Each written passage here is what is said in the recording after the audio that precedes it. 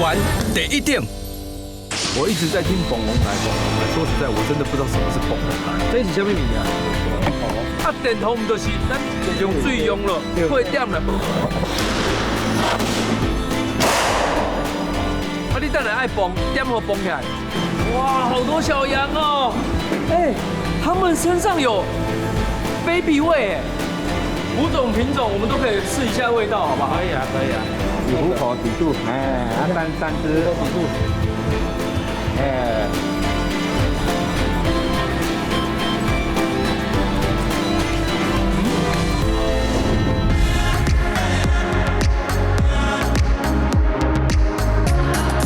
来到了高雄的大树，大家最先想到的就是玉荷包，也就是荔枝，但却有人说凤梨的原乡其实就是在大树。第一批的凤梨是由日本人从爪哇岛引进到台湾种植了以后，它就在这落地生根。所以台湾最先有凤梨的地方其实是大树，这是真的吗？我们来去看一看。高雄大树常年日照充沛，气候温暖，正是凤梨适合生长的环境。在日治时期，甚至有高达12间的凤梨罐头工厂在这里，可见大树真的是台湾凤梨的故乡。可惜当初政府推行一乡一特色的缘故，让大树的凤梨少了出头的机会。但这一次，我就带着你们来见识一下大树凤梨的魅力吧。在高雄大树区龙木里有一句话是这么说的：“那家冷目水，无肥买水。”这里种出来的凤梨可是全台首屈一指，产量也是最大宗的。今天我们就来龙木看看这里的凤梨到底有什么秘密。Let's go！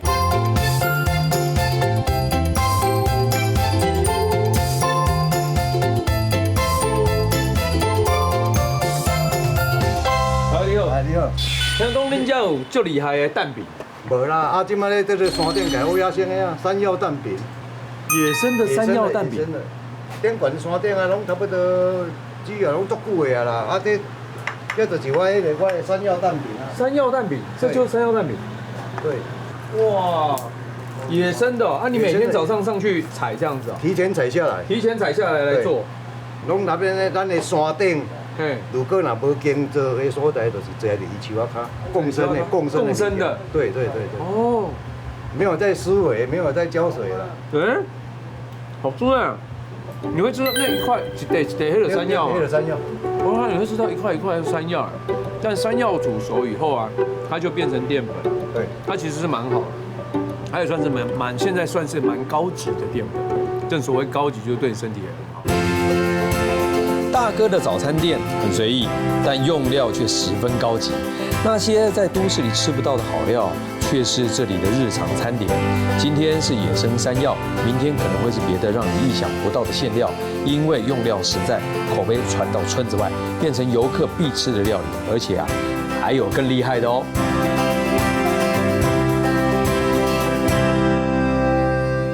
今麦我推荐的是这块碗粿。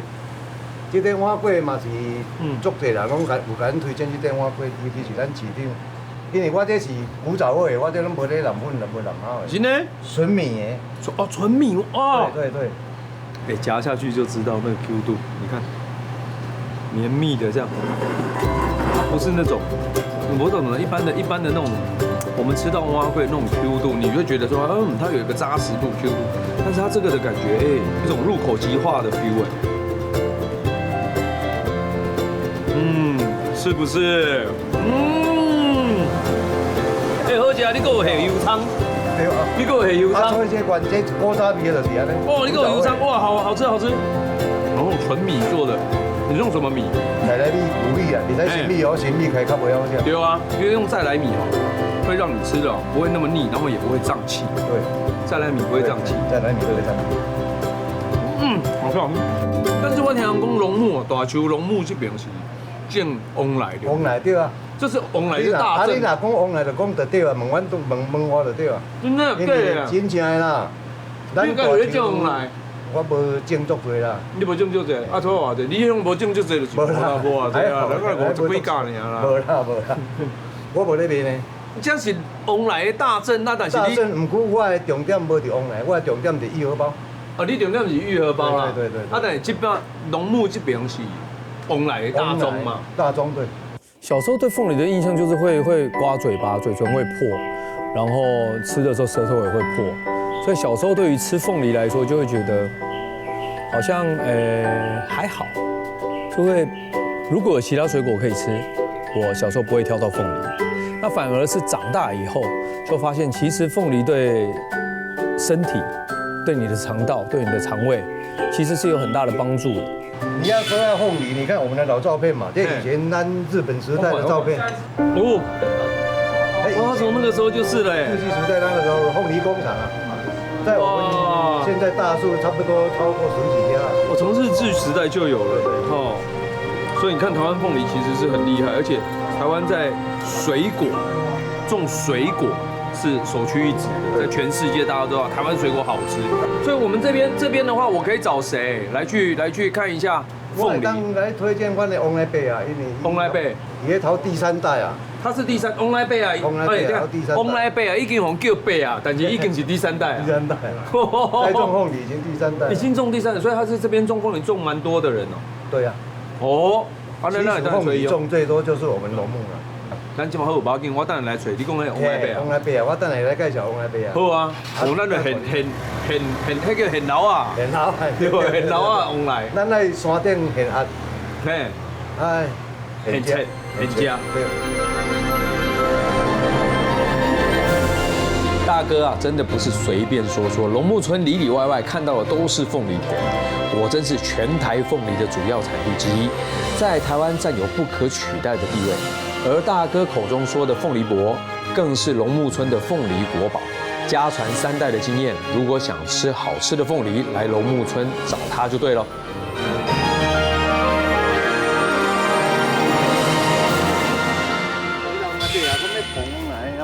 什么叫蹦翁来啊？蹦翁来，即摆我介绍翁来贝哦，你熟悉？安尼，翁来贝啊，春龙姐啊，来哦。翁来贝啊，你好，我是小豆。啊，听讲吼，我都听大哥讲哦，恁兜伫遮种翁来，你是第几代？第3代？第3代。你安尼第3代啊？你今年几岁？78。78岁，但是看无啥会出来呢。33年厝的啊。我看起来敢若50几岁呢。爱讲笑，你讲我欢喜的。哇，啊，这翁来是恁的？这拢我种的啦。这你种的？啊，你讲要蹦翁来是蹦这种？这叫四季翁来。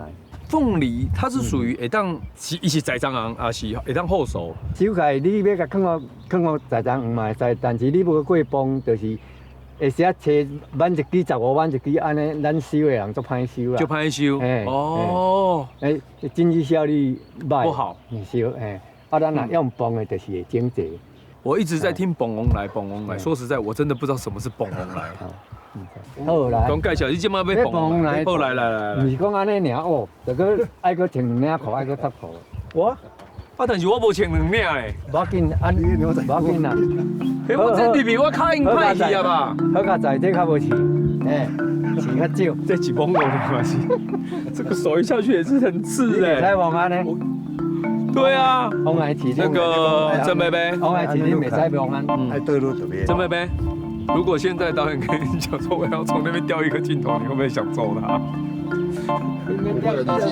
我不要进去啊！这怎么进去啊？哦，这是金钻的，它上面都是倒钩，你这样看它就像海浪一样。这西瓜，哦，这就较无刺。两个相比之下差很多所以金钻真的是蛮刺的哇哦，对，高点哇，好痛哦！好，阿伯，咱来蹦翁来，这是什么物件？电头。啊，电头唔就是咱以前放那个礼炮啊，还有传达讯息用的电头，用水用了。会点啦？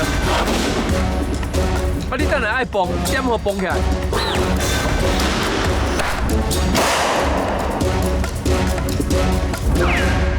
无。啊，用电头了，效果是啥物？啊，以产生乙炔啊，产生乙炔气，对，然后会加速它的成长。不是成长，要不然是什么？伊个是要控制伊的成长，就是可以当的讲想法伫顶当10天的半个月，互伊袂成长，伊就结规。等下你也看。袂啦，迄放心，袂。吓我一跳，我以为那个电头，因为我已经被这点火就会这电头啦，下落袂使有火来遮，全会的轰。嘿，粉嘛袂使，见迄落。哦，哎，我有闻到味道了。嘿，啊，这无要紧，啊，头10分15分钟，重点伊这会发味道。就是要这个味道。对，你该不会跟我讲说，你就在这里放，然后让它味道飘散在四周？没，没有办法，一定要电解的水。哦，所以电土，哎，是你们好像在玩化学实验呢。电头刚放到水里面，它现在变电解的水了。对啊，乙炔的，然后产生乙炔。对。哇，哎，我小时候化学应该好好学的，为什么他们现在讲的对我来说都是天文，就是外星语啊，外星文呢？你听得懂吗？听不懂。你这个博学多闻的人，你也都听不懂，那我听不懂也是正常而已，对不对？哇，所以现在要啊袂，但是这样呢吼，你甲看，人家无无，刚修的吗？你试看嘛。哎，确定这样可以？可以啊。啊不，我手本来就你摸了70几年了，是不是？你甲哎，但是你的手怎么越变越红啊？我做法。对吧？哎，凉的，凉的。你以为会是热的，对不对？人家说点头可以点火，它不是热的，它是凉的。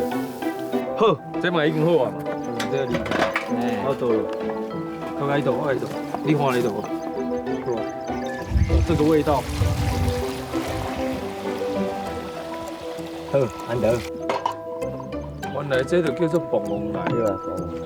啊，搁个倒落。你还搁放落啊？你要放。然后它又有气体，然后搁放落。然后有气体加压，它有气体加压以后，我这边只要开，对。有无？安尼我有巧无？你来拍哦。我来拍，我会拍到一半然后崩去无啦？啊，你这无关。啊，这就真就是要透开，啊，你较安全，较早是无这种等下我有一卡旧的，你不能讲，啊，这要甲关开，啊，开始崩，啊，袂等的，爱气哦，有好行才会来的，有无？有啊，这咪讲水用，好来，好啊，安尼就好，嘿，莫伤济哦，嘿，哦。哎，不一定，但是这个比较好吃。啊，到这为什么咱市面上宾馆拢无这鱼的东西？啊，鱼这重点农民，这正经是农民的收益，好不好？咦，这个。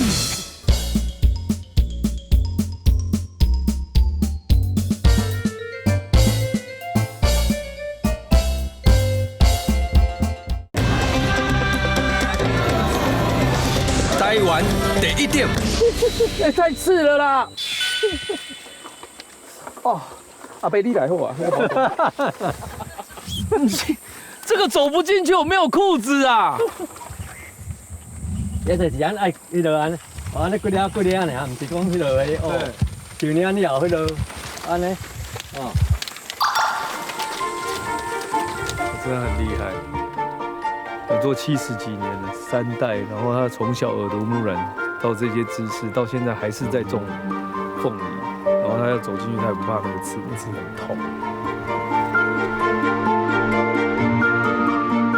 凤梨成长到1年左右，当地农民就会开始蹦翁来催生凤梨结果。这些老一辈的务农智慧都不是从书里可以找得到的哦，而这些蹦归翁来。还得需要半年时间成熟，才有香甜可口的果子可以收成。整整18个月的等待，现在正是时候。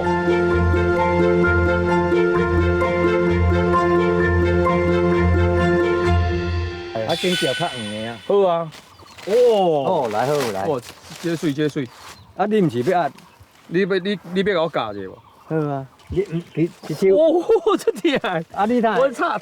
无你爱安尼。嘿。我咧讲你就爱学安尼就袂啊。嘿。你讲你这安尼就嘛，你若安尼就袂啊。对。啊，伊就，哦，你就一手，哦，一手放下边，啊，一手出来安试了。安尼好。顶面手出来。我知。这手较顶面咧，哦，对嘿。出来啊，抓完。你抓无完。哦。好痛哦。哇。哦，原来采凤梨不是说我们看到下面有一根，不是，个下个一个是像凹起来起来啊，而且你看凹起，哇，干干净净。哎，知道吗？我好喜欢吃这个凤梨心，往来心有无？等下咱切切啊，等就好食的。等下拢留互你。安尼，嘿，啊，这边咱要安怎食？来嘛食来。啊，这往来肥拢写点往来高就会使啊。有这肥料，有机会啊有机肥，对啊肥料。来，咱出来我看。安尼嘿，啊你看看，这拢要写后壁拢会使。好啊，这是安怎写呢？关键你粒较袂插着。 ，OK。你若讲无割手路的人吼，哦安尼咱安尼，对无？安尼粒的安细块。对。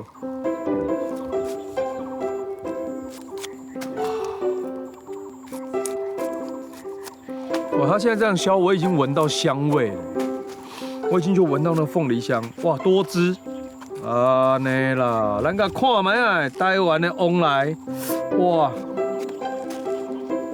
哇，凤梨含有很多的酵素哈，对身体也很好，对，很好。对啊，对身体用就好诶。啊，咱有啥物有人会讲哦，往来捌着水，无会去加汁。 咱有酵素伫遐啊，啊你若水淡淡的，迄落，早期我记我做囡仔时喏，你要拍伊，嘿，吼，不要了，这就安尼就好啊。这来到原产地吃凤梨，就像啃鸡腿一样。安尼啊，哦，哎，它有一个咸味哎，咸味啊，有一个盐的咸酸甜的感觉呢。 啊你有食啥会有？哪会咸酸甜？无真正有咸酸甜的感觉，你拿好，小心哦，厉害。有没有？是不是？嗯，是不是？有一点好像沾过盐巴的感觉。哦，真的啦！你是来小梦，你来，我最喜欢削。哎，我觉得削凤梨有一种帅气。有，来，小心哦，很利哦。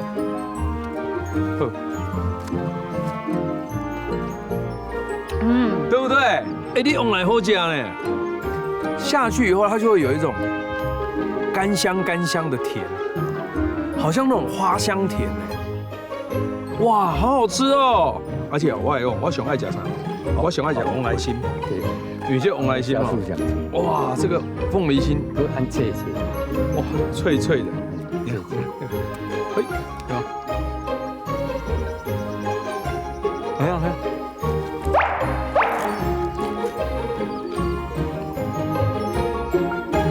好好吃哦，甜到爆炸。所以这种往来嘛是过崩过，爱过崩，拢爱过崩。所以你著崩过以后，伊即马就是你看发规皮，用赶时间来发，对吧？但是很妙，你还是比如说我们这大自然，你没有办法去控制它的气候、天气、温度、水、肥料，你这些稳定度如果都控制好的话，其实它的水果的品质跟你不管栽种任何的收成都会很稳定。但是很厉害的是，居然可以透过崩翁来让收成的时间点是一样的，就不会说这边有的已经熟了，那边还没熟。然后我今天收这排，明天收那排，再过几天再收那排。那对翁来贝亚跟凤梨农来说，他们在收成的时候就会比较麻烦一点。但是如果说贵崩过了以后，崩翁来崩过以后，咱收成的时间都拢同款。对，拢头哇，有够厉害！刚到20天，这个中间就会当中收了啊！哇，有够厉害，有够厉害！原来我们台湾的农业技术是在水果方面是这么的厉害，所以你又更觉得凤梨其实是一个蛮酷的一个东西，而且在做菜，我也常常会加到凤梨。所以以前若无崩的时候，咱就要像你讲安尼嘛，咱找人工，啊，佫唔知影讲，为什么伊边已经收啊，阮这边还未收，有时个收遮收足久的。上以早是拢会做演的。阮阿公，阮爸爸摕伫因咧台东演往来啦。什么叫做演往来？怎么有演往来？早期就是拢种伫咧山坡地，毋是这迄个平地，嘿。啊，伊山坡地要借我按行对无？对。啊，咱若栽落对无？对。栽落啊，即马你上咧行对无？啊，即马大洞开。啊，即马遮就有骨仔，咱就掠骨仔，对遮乌落。遮乌深落。啊，即马演落来。哦，哦，一路倒安尼咯，现在爱演安，嘿，咱遮乌深了对毋对？啊，演落伊遮会筋会长一寡去，对，往来筋会长去，啊，长去即马就是算讲伊会失去，啊，实际伊就讲好像啊，已经他往生了，伊想伊爱差不多要往生啊，爱就赶紧通要传宗接代，伊就吐来，就吐来。啊，以前用骗的方式啦。是这样。哦，早期，要往来，做法是安尼。哦，啊，到后来咱就会当用往来。到阮爸爸的手拢也过安尼，到阮大姊、阮兄做是。开始就是用电图来蹦啊。较早就是用迄个怎么讲？电图嘛，毋是用水的，用电图，用做细地，啊，做地来是。哦，懂了。随着时代演变，也让凤梨的种植技术越来越成熟。现在一年四季都可以有凤梨收成，但凤梨伯说，一年之中只有在谷雨之后的凤梨才是真正好吃的季节。但谢大哥说，在龙木村有一个内行人才知道的秘密，原来那种凤梨才是凤梨界的极品啊！大哥，你讲这是两年生，嘿，阮这咧讲2年啊。啊，这是已经收了呀？这还没收，这尾还没收啊。还没收呢？怎么会东倒西歪倒成这样？对，啊2年啊，所以讲人农民无啥用2年啊，按照伊的个较细枝，第二伊的产量较少。哎，啊，为什么会倒成这样？凤梨本来会倒，它长得很高啊。2年生的2年就比较更久了啦。对。哦。一般我们刚吃的都是1年的，1年半的，1年半。咚，所以这是2年的。对，看起来，所以这个果实比较小。对啦，就像这个嘛，对嘛，这个果实就比较小，就是2年生。这颗真的很有我们传统，怎么讲？你在常常看到那些图案的凤梨就是长这样。那种不可爱啦，还有这是不可爱。它已经很可爱了。那种不可爱，真的，我再看一下有没有更可爱。要圆圆的那种更可爱。圆的，这个。对啦。矮胖的啦。对啦，矮胖那种才可爱。Every day 往来，这个跟 Every day 往来，这就是2年生。2年生看起来真正较细长嘞，较细枝。较细枝嘛吼。你说2年生较好吃？较好吃。啊，较好吃，为什么咱市面上顶管拢无种2年生，拢是？啊，2年生重点农民咧种这农民伊的收益会较歹啊。为什么？重点咱这个凤梨，咱最标准的是差不多2斤到3斤半。对。啊，这个1斤多。1斤多而已啊，这拿起来斤蛙呢？斤蛙呢，然后斤薄。哦，所以它现在我们买凤梨不是挑说它的价钱，不是取决在它好不好吃，而是在它的大小。对。咦？这个，但是这个比较好吃。对，这个比较好吃。你确定？你试看看嘛。对。要底下。要来。哇哦，全部都是我最喜欢的凤梨心，蓬莱心，清脆。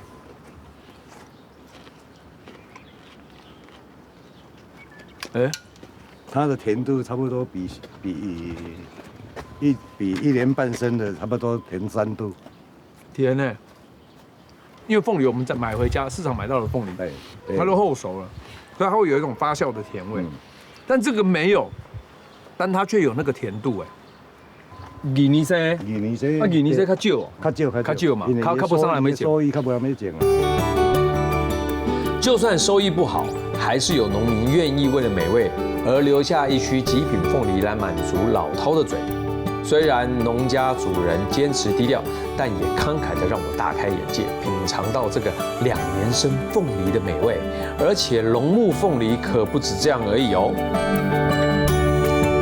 咱往来咧像这往来，咱会当往多啲物件，咱会咧咱那煮菜啦，也是讲咱的凤梨酥，过来就是讲咱会当印凤梨，像往来啊，往来豆浆啊，开就是咱咧煮鱼啊。煮有诶无诶，煮鱼啊，然后透早起来搅糜，啊，就苦瓜凤梨嘛是爱，嘛是爱迄啊，啊搁南青哇，所以你无你等下教我做。咱等下无咱等下来咧，这我那在电管咧，咱再来做迄个印凤梨。好啊，来学者，我毋捌做过印凤梨，我拢是用买。就在龙木社区居民的信仰中心龙安宫旁边，社区妈妈们常常会聚在一起研究手作的活动。假日时，他们就是游客的手作老师。今天就跟着他们来学怎么做凤梨豆酱吧。哎，说到凤梨，好像到了南部就不能没有翁来倒姜这个东西。好，我们现在了解一下它的原料，好不好？这个是什么？这已经洗过了吧？那个是翁来加糖加盐巴，那这个是什么？这是什么？那个是黄豆，哎，煮了之后就是因发酵。发酵，还有先用一些豆子去在下面，对。好，然后呢，再夹凤梨，那个凤梨下去，你要把它排好啊，排好，要排好，排好，排整齐。哎，这好像我们在做那个酸笋，对不对？哦，对，是做酸笋也是一样。是这样做。那甘草什么时候放？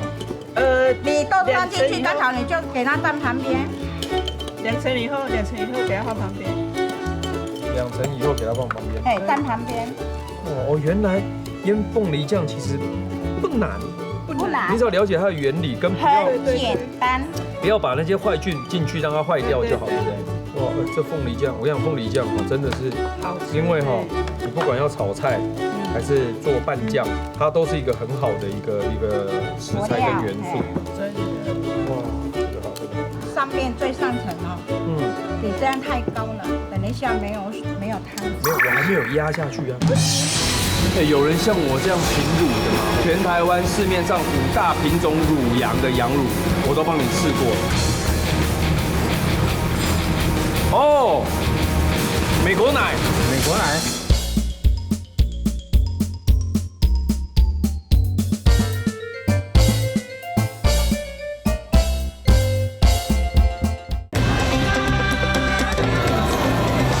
台湾第1点。不能压，为什么？不能压哦。因为它是软化的东西。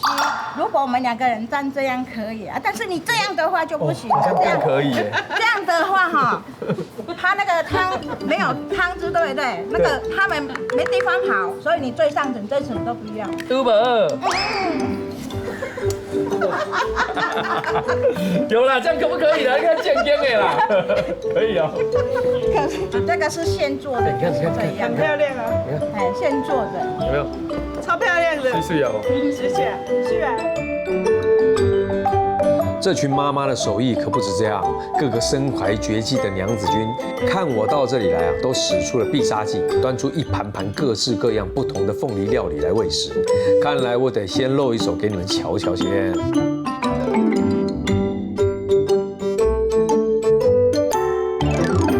今天呢，跟大家分享一个，就是满满酵素的东西——凤梨炒木耳。听起来是不是就是肠胃很舒畅？对不对？凤梨炒木耳不错啊，凤梨本身有酵素，然后木耳也有，所以是不错的。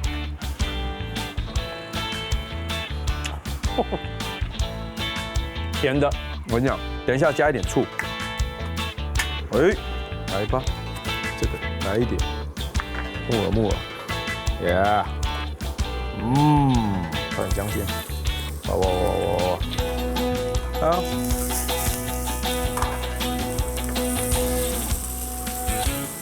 来，木耳先炒熟一点，味道出来了以后，OK， 这实在太香。然后呢，凤梨进去以后啊，凤梨会出水，所以就慢慢的让它煨，慢慢的，你看，凤梨下去以后就有另外一个香味，你有闻到吗？那它会出水，就慢慢炒，锅边下一点醋，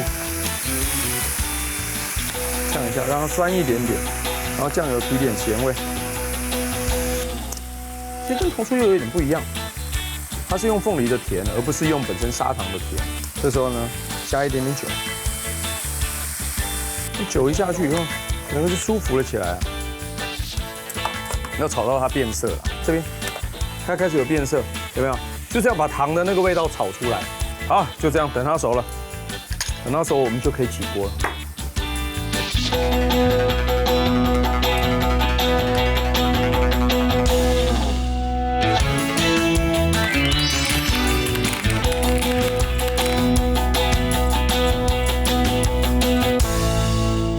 凤梨的风味餐，哇，这里面的菜都跟凤梨有关。对，这个是凤巢蛋。为什么叫凤巢蛋？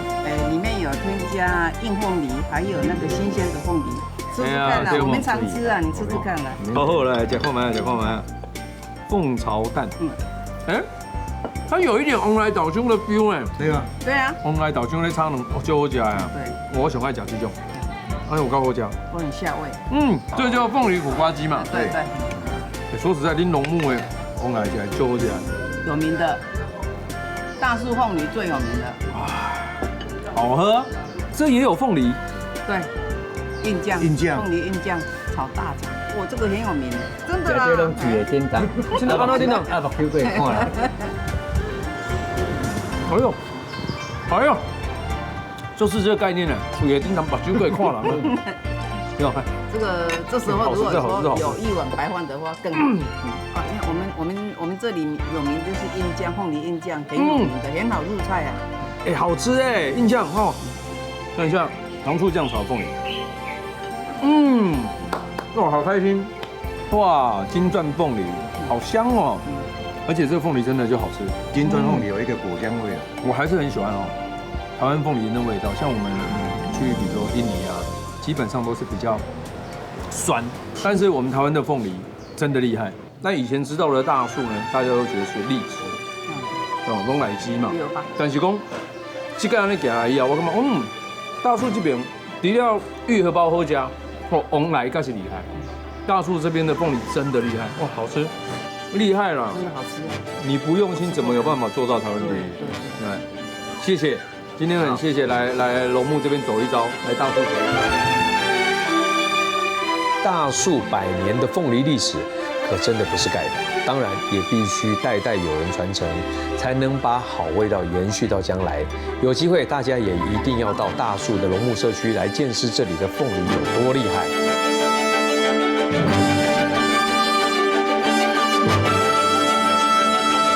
在大树这边，除了有很好吃、多汁甜美的凤梨以外，还有一种乳中圣品。为什么《本草纲目》把羊乳视为乳中圣品呢？而且听说这里养羊的方式跟其他地方好像也不太一样。我们今天就来看看他们怎么制成羊乳。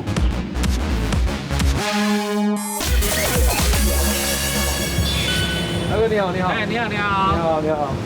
我们今天想来了解一下，就是我们小时候都常常喝羊乳，然后羊乳片，然后就是跟任何羊乳的有关的乳制品，其实我们都只是消费者在使用。但是羊乳到底是怎么来的？而且我看这里有几种羊啊？它目前现在有2、3种羊在现场。哦，2、3种。我们其他的还有在上面的。但是羊乳是只有比如说有乳牛，那有乳羊吗？有乳羊，专门产乳的羊。对。它是一种品种还是说？它有特殊的5大产乳品种。哦，对。这么多种，但我们都喝不出来是什么是哪一种，我们只有喝到一种味道，对不对？对，你们喝到的只是会一种味道。这家牧场所生产的羊奶是唯一荣获世界食品评鉴会顶级金牌奖的羊乳。要获得这样的殊荣，下的功夫肯定不会少。第一步就是要帮羊儿们盖一间6星级的羊舍。6星级的饭店我看过，但6星级的羊舍到底有多豪华呢？好，我们现在看到的是现代化的高架式羊舍。高架式羊舍，对，现在好多东西都跟高架式有关呢，比如说我们种植啊、种蔬菜，它也会都是高架事情，因为对人不会这样弯着腰一直做。但羊为什么需要高架式啊？有人像我这样品乳的吗？全台湾市面上5大品种乳羊的羊乳，我都帮你试过了。哦，美国奶，美国奶。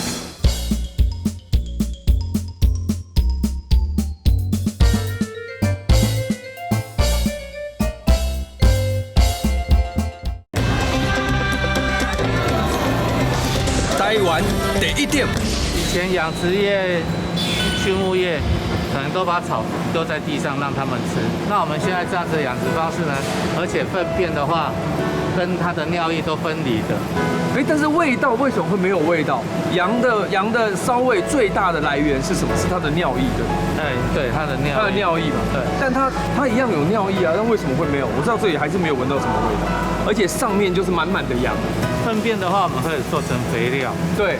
它在这一层黑色网子这一层。黑色网子是收集粪便。对，然后它的尿液到下面来，因为下面有特殊的涂层，它不会渗透到地底下，然后到时候处理完之后，这个水就浇灌在我们园区里面。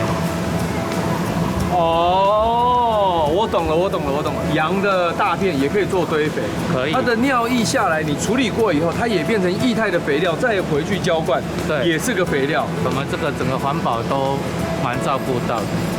哎，好妙哦！台湾也进一步的在迈向这样的科技业。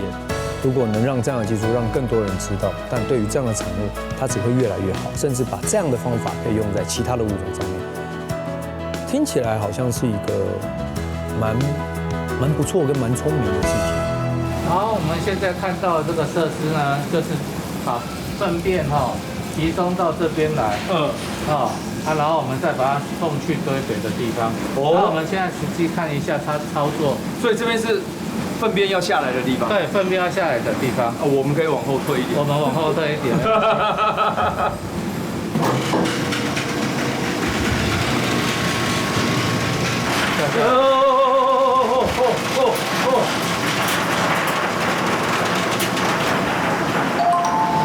这个就是人家说的那个硬皮亚很像珍珠奶茶里面的珍珠。我不要讲，真的以后不敢喝珍珠奶茶了。哎，真的很像哎。哇，好多哦。哎，但是还好，没什么味道。没什么。对啊。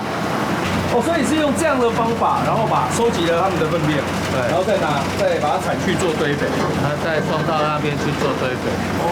然后堆肥成功会有游客来这边购买。别小看这些羊便便，因为羊便便里既有容易分解可被作物吸收养分，又有不易分解的持效养分，是肥效快慢相合的好肥料，难怪是农家们的抢手货。而且环境舒适了，羊群们的心情应该也会非常愉悦。现在我就跟着大哥一起来正式拜访羊儿们吧。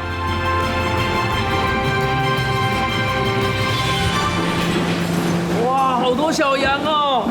对啊，这是我们的小羊区。大哥，有，他们身上有 baby 味哎，就是乳臭未干的那个，但是是 baby 味，就是你抱过小孩的，它就是那个 baby 味，好酷哦！这叫羊羔子，对不对？对，羊羔，羔羊，哎，有萨南、土根堡、努比亚、赖满娇、阿尔拜因。赖满娇是谁啊？赖满娇是哪一位？赖满娇在这边，在哪？啊，跑去那里玩了。他跑到那边去玩了。对。那赖满娇呢是耳朵竖立，而且它有内耳没有外耳，看起来相当可爱，就这样啊。哎，来了，它就是赖满娇。嘿，赖满娇，小赖，你看它的耳朵，它的耳朵天生就是这样吗？不是剪的，不是剪的，天生就这样，它不是剪的哎。哇，你叫赖满娇。嗨，我觉得我们台湾第一等这节目，我继续做下去我就吃素了。我已经不吃牛了，然后现在让我看到羊这么可爱，我可能又不吃羊了，怎么办啊？太可爱了吧！赖满娇，所有的羊都是长耳下垂，但只有它只有内耳没有外耳，看起来相当可爱。它叫做赖满娇。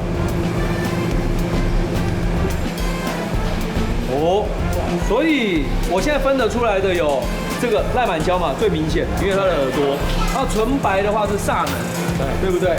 然后你刚刚说毛色混杂的是阿尔巴因。但这两只谁是谁啊？努比亚，耳朵大下垂，努比亚。它耳朵上翘，你看它是这样。所以这个是它是土根堡。对，它的特点就是眼睛到鼻子两条白线，然后它的四个脚皮是白色的。5种品种我们都可以试一下味道，好不好？可以啊。就是会手工，手工挤羊奶。手工那个羊奶，我们等下倒几下，我教你怎么样挤。好，来，试试看哦。好像是，从后面3只要知道我知道。从后面。那个这3只，往里面压，3只放，好，压放 ，OK，它就会出来了。你们这样，哎，以虎口抵住，哎，三只都抵住。哎，哎呦，哎呦，哎，其实他现在他知道要挤奶以后，他就很乖了。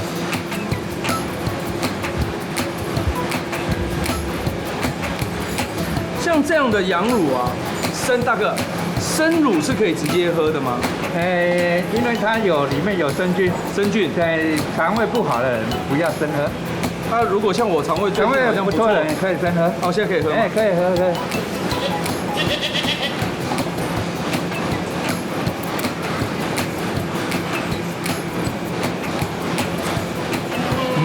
甘甜甜的，甘甜的。哎，要喝自己挤，要喝自己挤。这个呢，跟我以前喝过的羊乳的感觉不太一样，它稍微比较清淡一点，它没有那么浓郁的乳味。好，来新的杯子再来一个，新的杯子，然后再拿过去。哎，它闻起来乳香味比较重哎，闻呐，光闻呐，试试看。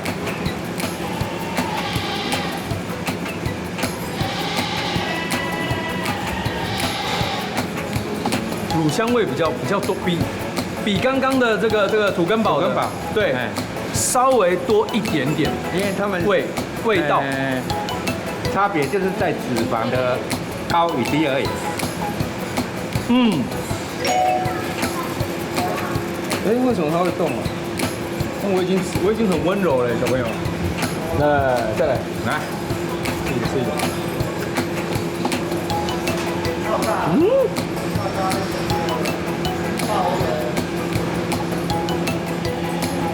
哦，这支没有什么脂肪哎，它没有那么的浓郁。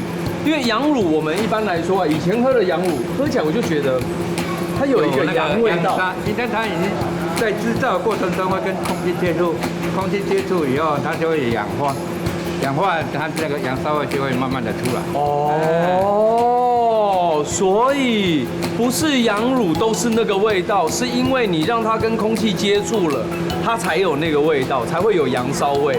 但是如果你没有跟空气接触，像我们这样现挤现喝，如果等一下试试看手乳现微波出来的，它是没有那个味道的。所以不要再误会羊乳是有骚味的。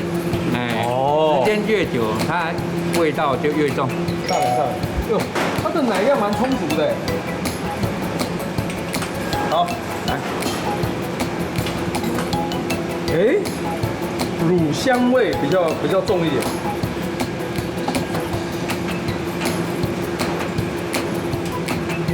高脂，比较甜，比较高脂，所以它的糖分含量其实也蛮高的，对吧？对。哎，有人像我这样品乳的吗？我帮你把5种现在全台湾市面上5大品种乳羊的羊乳，我都帮你试过了。其实呢，最后一支那个赖满椒，lemon 酒，我们来看一下美国的赖满椒。哎，等一下，那个好难挤。哎，你的买太多了吧？哦，哎，不好挤耶，它挤到我整个手都是。你看一下，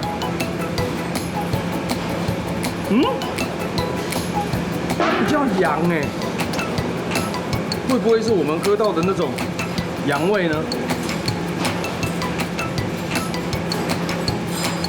哦，美国奶。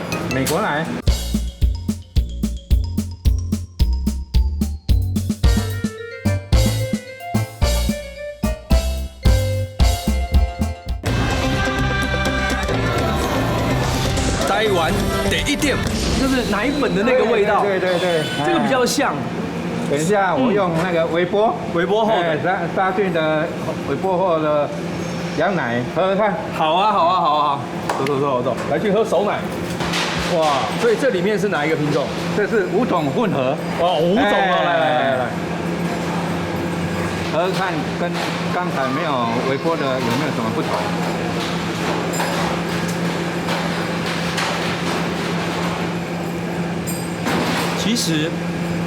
其实没什么差别，就是热而已。对对对，对不对它只是杀菌那个什么杀菌而已哎，对，对，没什么不同哎。而且他说实在的，你真的就是一解我那个迷惑。为什么羊乳有骚味？羊乳没有骚味。现在郑重的告诉大家，话不讲，羊乳没有骚味。羊乳是因为跟空气接触完之后，它氧化才会产生的那个骚味。所以羊乳其实哇很好喝，真的很好喝。来再喝一个。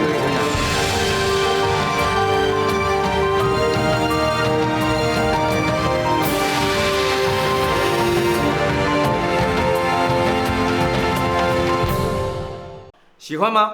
记得按赞加订阅，台湾第一的，开启小铃铛哦。